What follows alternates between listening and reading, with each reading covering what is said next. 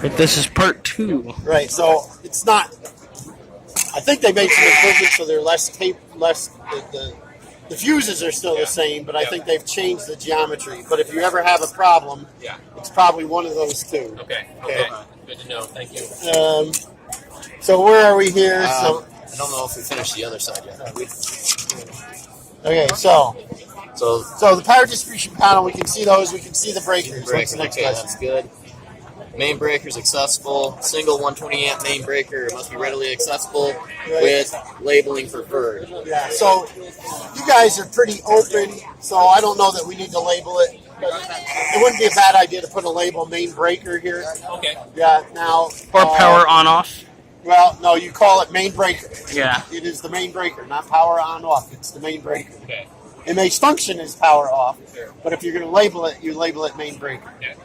And that's in case the robot catches fire on the field or anywhere else, and someone needs to turn it off quickly, right? Okay, so we're good on that one? Yeah. Okay. Allowable PD breakers only. Yeah, so we've... Snap action breakers. Right, so these, you guys have the right breakers in here. These 40 amps that came in the kit of parts. Yep. Right. So those are resetting, right? So they'll trip and then they'll reset after they cool down. They're like heater breakers. So then the radio, robot radio, single open mesh radio, must be powered by 12 volt 2 amp output. Must be connected to a dedicated 12 volt output on the PDP. Yeah, so Radio lights must be 12 volt visible. radios up by the lifting mechanism. So we need to check the power source. Right, so the power source Should be on We should have labeled it. So the voltage regulator is there. those wires. So we're coming off the 12 volt there, right? Yep. And presumably we'll follow them up. Where is you guys' radio? It's up by the lift next to the shroud. So you're coming into. So they're actually powering it through this guy, aren't they? Oh, okay. So you're coming through these orange wires, and where are those connected? Right here? Yep. Okay, so those wires are coming up to here, and then you're connecting in there. Okay. So that's good. Have you flashed your radio yet? Yeah. You did? Okay. Oh, wait. No. You didn't do the hard wire testing. Yeah, We you have to go hardwired the flash test. it over on the kiosk over there. Okay. So you got to cut it out. You go over there and you flash it with your team number. There should be some guys with orange hats. Okay. If you have any questions. Okay, so I can sign that off even though they haven't had a flash. The flash has nothing to do. Right, doesn't have anything to do with power. We can sign that off. Yeah. We can get that done right after you guys leave. Robo Rio power. Hang on. Yeah. Robo Rio must be The gray module. connected to a dedicated power terminal on PDP. So you're going from here, I'm assuming, over to this guy. Yep. Right. So right there, there Okay. to here. That's good. Okay, wire sizes. We used All wires from the battery to the main breaker, 6 gauge.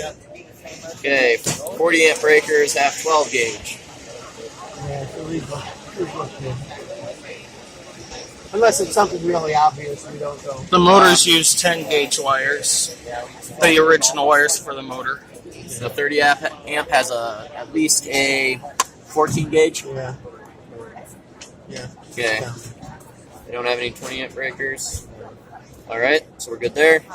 Colors. All power wires are red, white, brown, yellow, or black with a stripe. So they're using all red. Red and black wires, so that looks good. Positive and negative.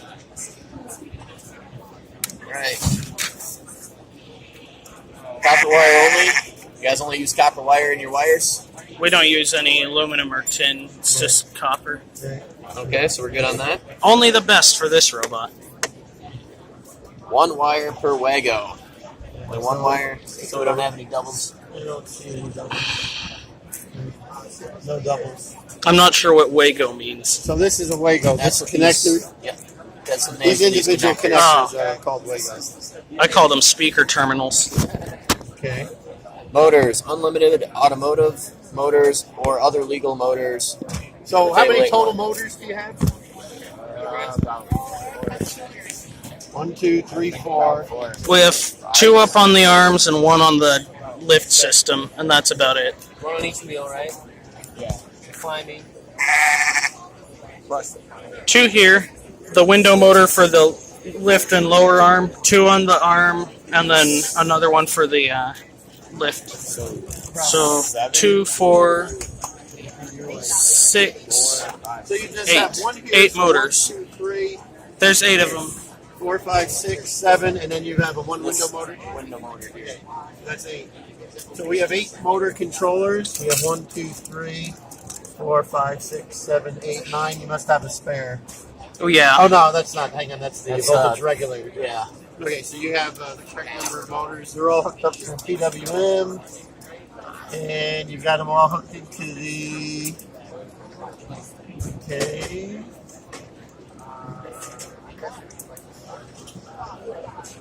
So how are you controlling the speed? Because I don't see them all hooked up to the Robo Rio. Some of them are just on off, I think. Let's see. Yeah, but you have them all hooked up to the. You have them all hooked up with PWM. Right, PWM. Right, so you should have. Oh, it's 0. Hang on, never mind. Pulse width I was gonna mod. say, I was thinking, and then there's a cam. There's one on the cam. The So you are running one can. Talon one is the cam. Okay, so you're running one on can, so then we should have 6 here, right? So, yeah, we have 6 here. Okay. All right. So you're running one can and 6 PWM. Actuators. Electrical solenoid actuators, max 1-inch stroke. We don't and- have one of we don't have those. any. Okay. No actuators? No. Motor actuator power, each motor controller. I think we checked all that already. Yeah. So we're good on that. Yes. Each motor controller may have up to 2 motors connected to the load terminals, Yeah, they just but I think they one. only have 1. Right, they have one. Motors or actuators must be controlled by legal controllers and driven directly by PWM Yeah, signals yeah, from that's what Rio he said, or the can. or the CAN. We've got 6. We're using the PWM. controller over behind him. Done on Oh, he's talking about motor. Oh, I'm talking about Oh. these motor controllers here. I think we just checked all those. Right. Any custom circuits? Nope. Okay. No pneumatics. Nope. So if they don't, I just sign it. You just go NA, just go scratch Okay. this whole thing and write NA out there for pneumatics. Okay. So then they wouldn't have the control module Yeah, so either. so I just write NA NA. there And then just for that whole section, NA. okay. Spike fuses must have 20 amp fuse Yeah, installed. they don't have any spikes. So NA on that. Isolated frame. Yeah, so that's what we got this year for. So what we do is we close this, and then we verify that There's no continuity. right, no continuity with. Right, so that's open. That's no resistance. Right. So what can sometimes happen is you'll have a shorted out motor, and it'll short the ground, and we actually really aren't perfectly testing that here. But if you have something that's grounded, like a camera or something, those things sometimes can be grounded. The whole purpose here is you don't want to have a polarized robot that now bangs against another robot, and now there's sparks and shorting out of their electronics and shorting out of your electronics. It's real ugly. So That we're would okay cause on a fire on the field. that. Yeah, very rarely, but anything's happened. Does that ever actually happen? They've had motors get overheated and maybe the wires melt and makes a lot of smoke. I don't know if I've ever seen flames in my 10 years, but That's a good thing. yeah. Right. Now we gotta power it up. Yeah, so Power now on check. I'll get the Driver station battery must hooked be up. tethered. yeah, so we need to power it up, pull it up, get the battery in, Let's make sure this is open. I'll get a battery. No, because we're going to hook up to the computer. So you're going to directly hook in either with a printer cable, or we can connect this to your computer. I'm gonna put. How are you guys connecting with Wi-Fi, with a printer cable, or with the? While we're here, we use the technical connection with the radio. Did we take the radio off? We kind of went into the this is that side, Right. computer side, but I don't have. We're gonna have to get in there. No, you can go right into this guy. Oh, we can go right into that, right? You should be able to go right into this. We'll verify it. This Can we move this back a goes bit? back to the Robo-Rio, though. Oh. So usually we've been plugging into it. Okay, yeah. So put that on and go into the other port. Okay. So just go into the other port.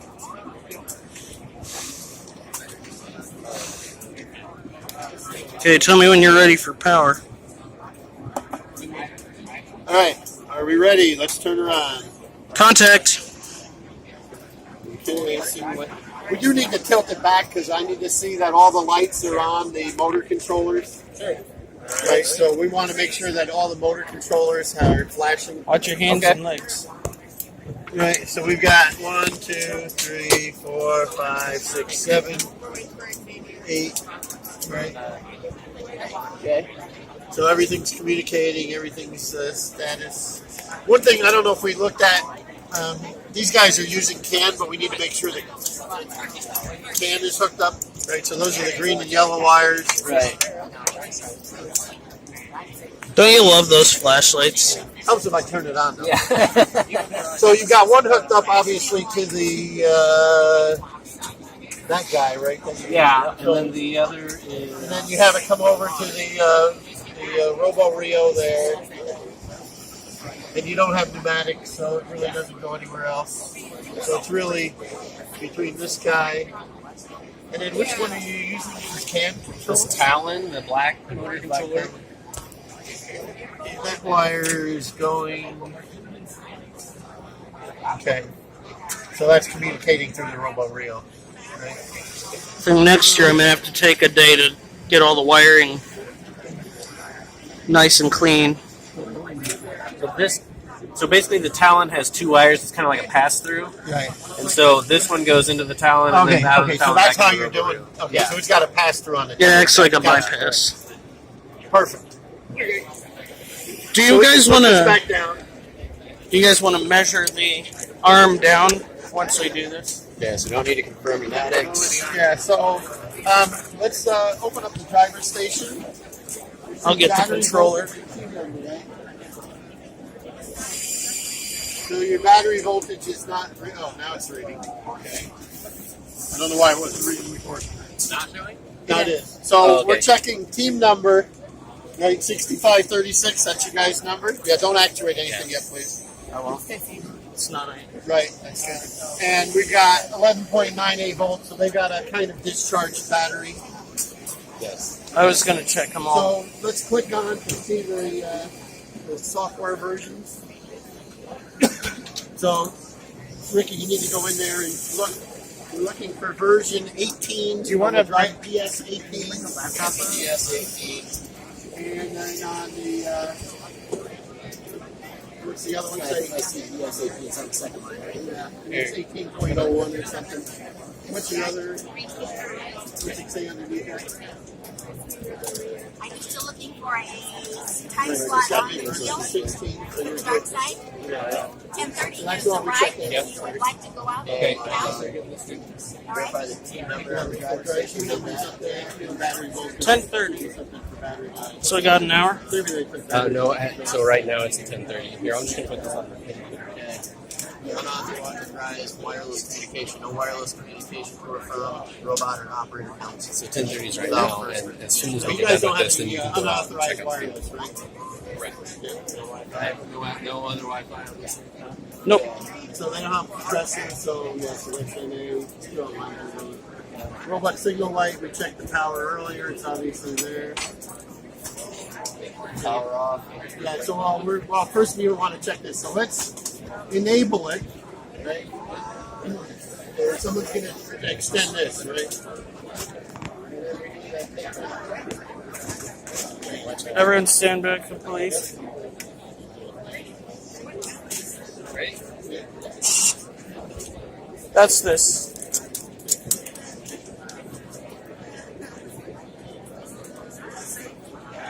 Too far out there. So you guys are right on the edge. Yeah, that's what I'm worried about. So here's kind of the problem. Could we have the cube again? As you're sitting here, you're not, right? But when you have it, are you going to have the cube folded up? Okay, so then we don't need to check that. Sorry, I just did that to make your life inconvenient. But she's young; she'll get over it. Right? She's young; she'll get over it. So you're right at 16 inches, right? We're going to give you the benefit of the doubt here. Probably about 16.1. We were gonna break out the hacksaw for this. So my team has the same problem. The trick is just put a zip tie in one of them. Oh, okay. And if the zip ties, I mean, you're not supposed to leave anything on the field. If the zip tie Turns out. okay. Gotcha. Okay. Now, you didn't hear that trick from me because Nice. Inspector would never give you tricks like that, right? But, Do you I mean, wanna- that's, what we're looking at for its competitive advantage. If you guys are at 16.1 Yeah. you're not getting a competitive advantage. If you're at 28 inches. Because we're out there. Yes. Okay. As we talked about earlier, you guys do have some mechanisms that can get entangled. If you get inextricably entangled, right, you can't break free, and you're accumulating penalties, make sure you hit the E-stop. Don't be afraid to ask, though, one of your partners to say, hey, can you dislodge us, or can you push us away, or something. Yeah. So whoever your coach is, you need to make sure they communicate with the other teams. So if another team helps us by bumping our robot free, do they get a penalty No. for bumping us? No. So, especially if it's your alliance partner, what can sometimes happen is the other alliance theoretically would draw a penalty if they bang into you.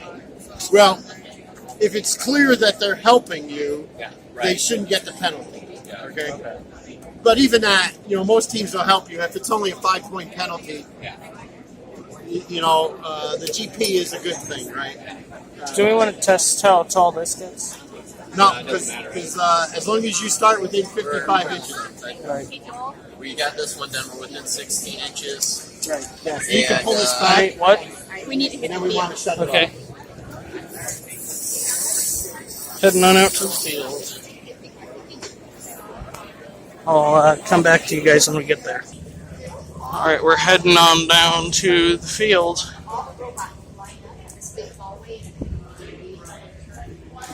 Is this the same deal as last year where we roll the robots down into line? So you can be like on deck.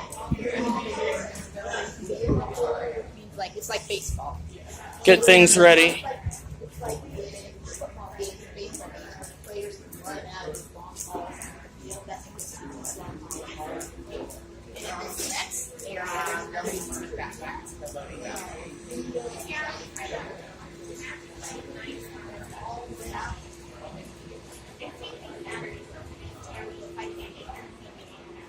Look at that. We can already see how the field is set up. I think it looks pretty cool. This is where the competition will be held.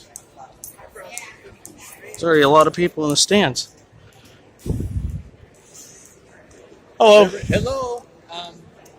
Let's go.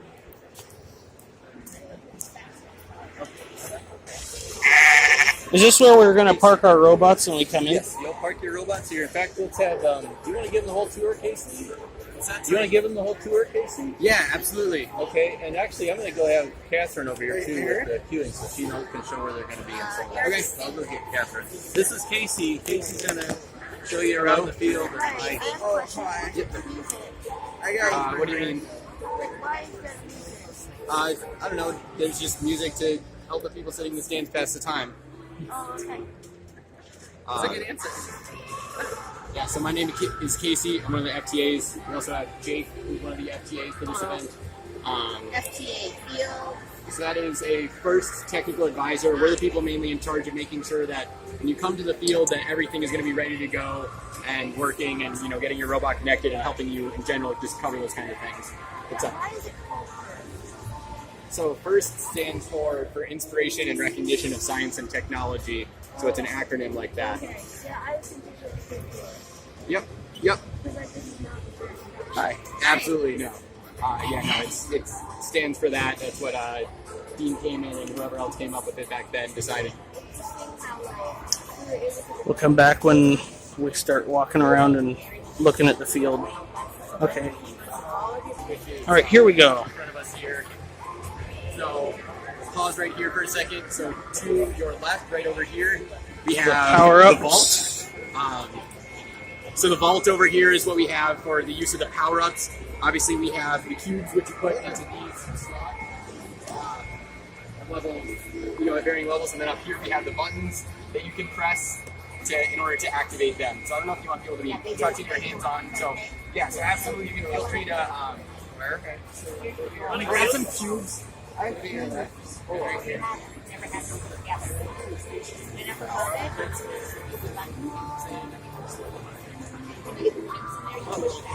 So I'm right here.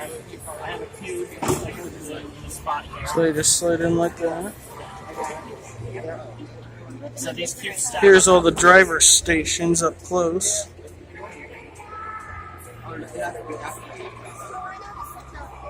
Yeah, so the button, when you press the button, so the lock in way to know which one is which is there's the three buttons going across. So you might just have to remember the order, has like your coach or something help tell you. So there's which none one in is that which. column, but the column next to it. Yeah, so you have to force them Down left, there, right, and there are right, two. right, exactly. Right here, there are two cubes in this column here, and so the human player could take the cubes from the robots and put them in here. So as they put cubes in the column, you earn points. You earn 5 points for each. Hi, Maureen. And then you could press the button to lock in that power up. And so these are the cubes that we'll be using. Lock it in. It will activate that power up for your switch. But if you activate it with the two cubes in, do it with a scale. We'll be going in there in a few minutes. They're just answering questions at the moment. They're back. They've got all the lights on.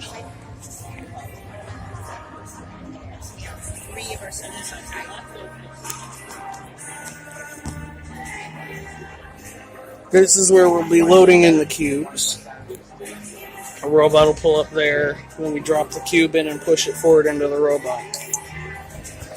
And they carry it over to that. That's a scale. And that is the center scale. These are called switches, and those are all cubes.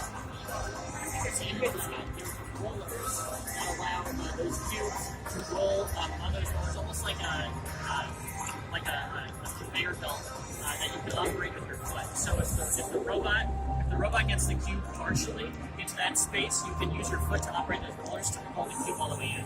In case if you want to go around and partially push a cube in, you can demonstrate how that works. So if we want to move to the left side.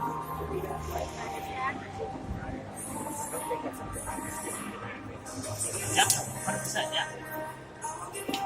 So I don't want to interrupt I have to get my swimming team together in just a few minutes for their last training. You don't want us to that's as far as it comes in. You guys want to show them. So use this to push it out. Yeah. So feel down there, Joel. Go down to the very bottom. Oh, these The little cube is feet. inside there, and that's as far as it's going to come. Can they reach in there? Or is that against the rules? Yeah. Yeah. Right. So reach in So there. not during the match, but right now there's no So issue. they can't reach in. So how do you get it out? So you get it out by spinning the rollers, and it's So with kind your of foot out here? yep, Exactly. Oh. it kind of pulls it out. Gotcha. That's pretty smart. Feel this good. Yeah, you definitely should just take a shot at it. That's fine. All right. This is how to load it. Here, Joel, come over here and try to get the cube out with the roller. What is this for? Very good. Good job. Can I You did try that it? right. All right. When you move out of the way, let someone else try it. Definitely. Okay, come here, Dean. I just have to move the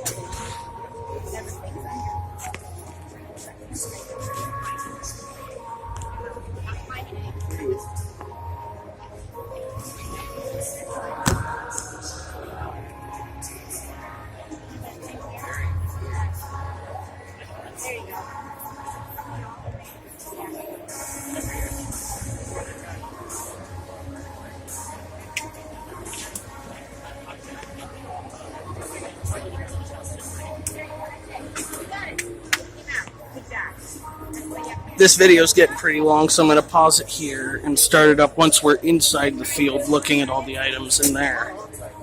So I'll see you guys then. Oh, by the way, that's the E-stop, so if anything goes wrong, your robot tips over or whatever, we can hit that and it shuts the robot off. So I'll see you guys when we go back into there and explore. Blue drivers are, and that exchange that you operate with your foot is for blue robot to get you back inside. The two portals on this end of the field, one over on the other and one over on the other side.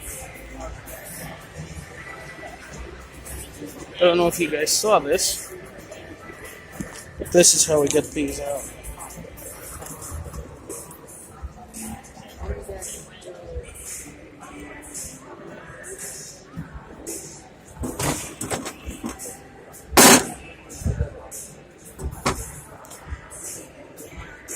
And that one slides it in like so. That's how that works. And the roller's down there so you can touch it with your foot and pull it out without sticking your hand in there. Because that's against the rules. You can't put your hand in here or down in here while the match is going on, or you get penalties. Back over to here. Hold on. Am I done? You guys see.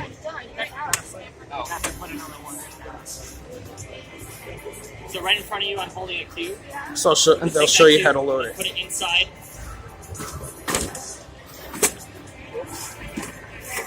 Yeah. And then you use those on the left and the right side. For those, exactly. That's it. And if there's a robot on the other side, it'll get the cube and bring it down to wherever it needs to go. One thing to note here is drop the cube in. You can't reach in and move it around, so drop it in and then you drop it in. Keep your hands out and slide. That will very likely be one of your jobs. If you did, just making sure you know. You did it just right. Right, then you said that's enough.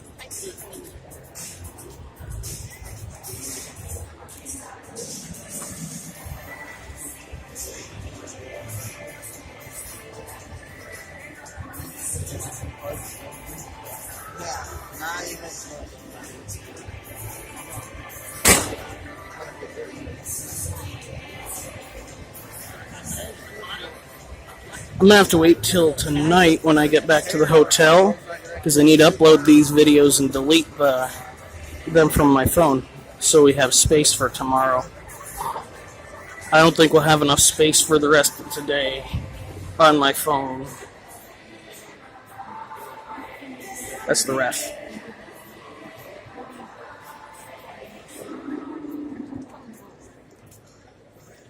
Last year I went in here without them telling me to by accident. I thought the match was over. You can practice this because this will likely be one of your jobs. I did it. Okay. You put it in and pushed it out? Yeah. Okay. Did it with that one over there. All right. Gotcha. And that one. Okay, hang on, stay right there. Yeah, this year they try to be a little better about telling people when they can go on.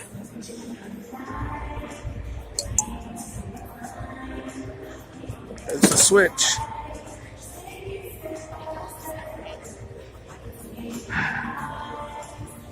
That's it, right? Hey, dark side. You want these? You want these back? Yeah. I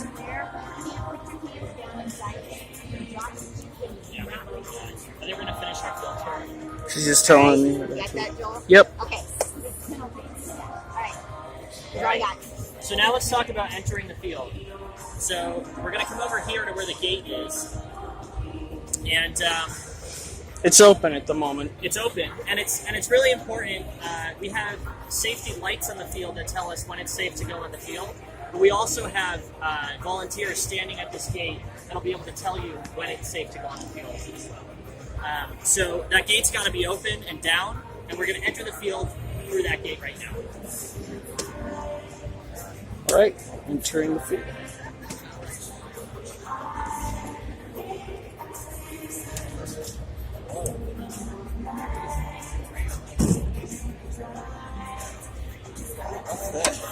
That's the switch. And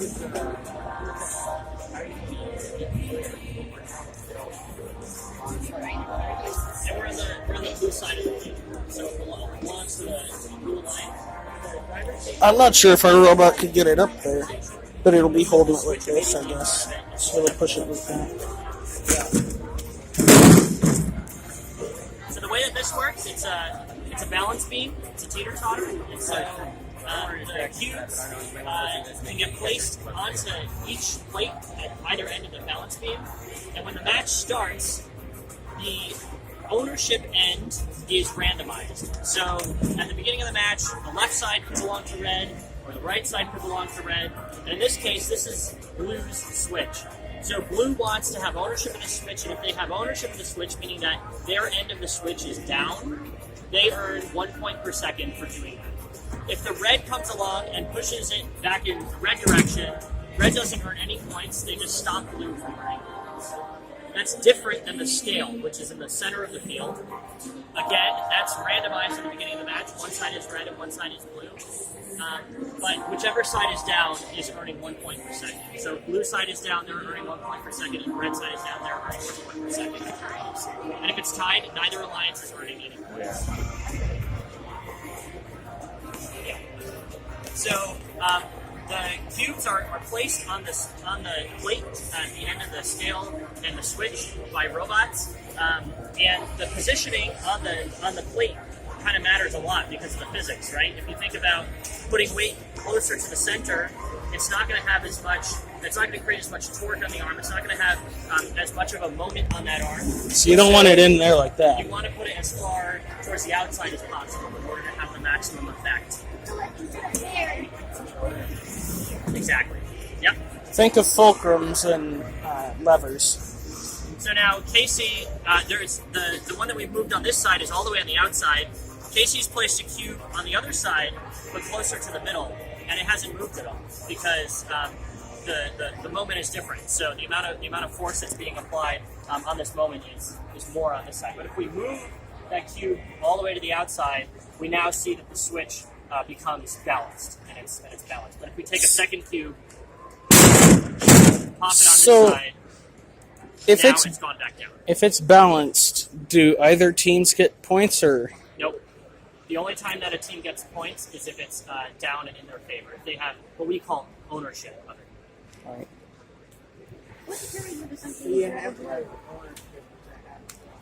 Exactly. And the points are assessed per second of ownership.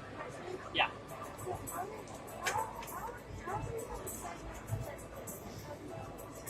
So there are lights on the outside of the plate that tell you which side is which. That is the only way. They're off at the moment. And they're randomized at the beginning of the match. We'll help you know which one's Sure. will be out on the field next. Well, they'll be in your. We'll be outside the field, but next to you. Where you're controlling the robot from, or where you're operating the human player station from. So now that we've talked about the switch, we're going to go over to the scale and talk about the scale. So that's going to be.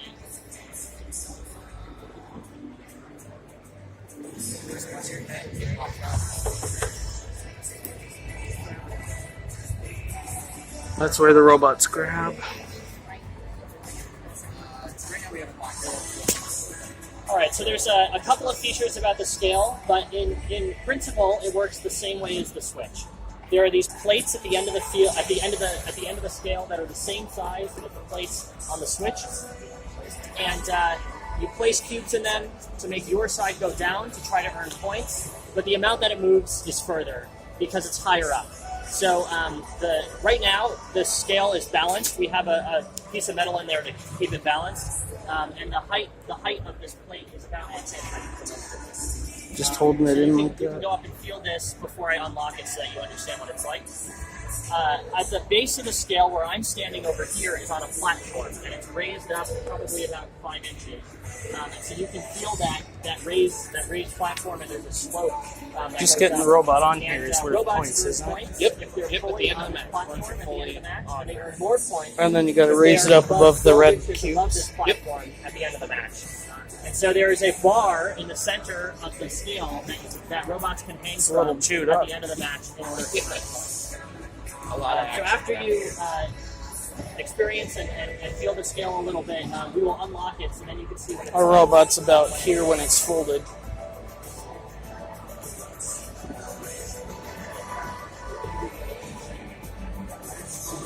Planning out our robot's design is always really hectic. Yeah. Yeah, I know robot design usually.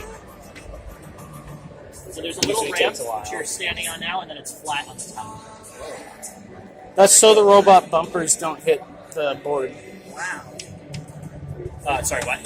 That's so the bumpers on the robot don't get broken. Exactly. Yeah. What's the platform for? So you earn points at the end of the match if your robot is fully on top of this platform, and then you earn even more points if you are hanging in here. They should make the match next So year if an your robot can off-roading hang from match. this bar, That'd be fun. 12 inches above the platform that we're standing on, you earn more points that way.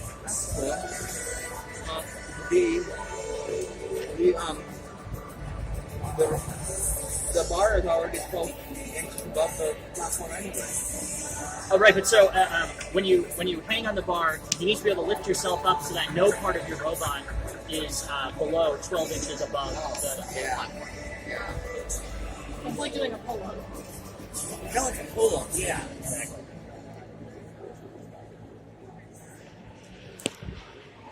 So I think we're going to pull the lockout bar. So the reason we have it in there is to prevent people's fingers from getting squished near the center of the scale here. So I'm just going to ask that the only part that you touch on the scale in the next couple minutes is going to be those plates at the end. So I'm gonna go ahead and pull this out. Okay. Just watch your hand. So now the scale has full range of motion, and you can come and feel this plate. If this side is leaning down, the robots on that side will have to work pretty hard. That's right.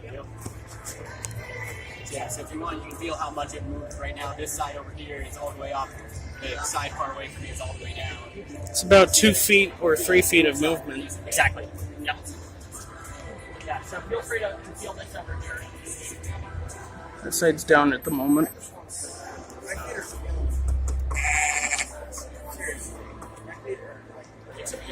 If you want to get climbing points, you have to be above these.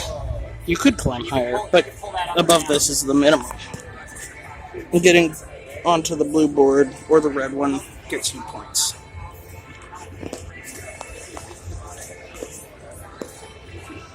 I think that's it. Oh,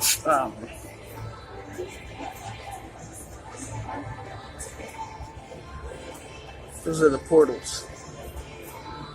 I think that's it. So I will see you guys back in the pits. Okay, never mind about the pits. We're gonna listen to some match sounds here in a minute. I will be recording the matches on Saturday, but I will also be participating in them, so you guys might not see all of them. Hi, Danny. Hi.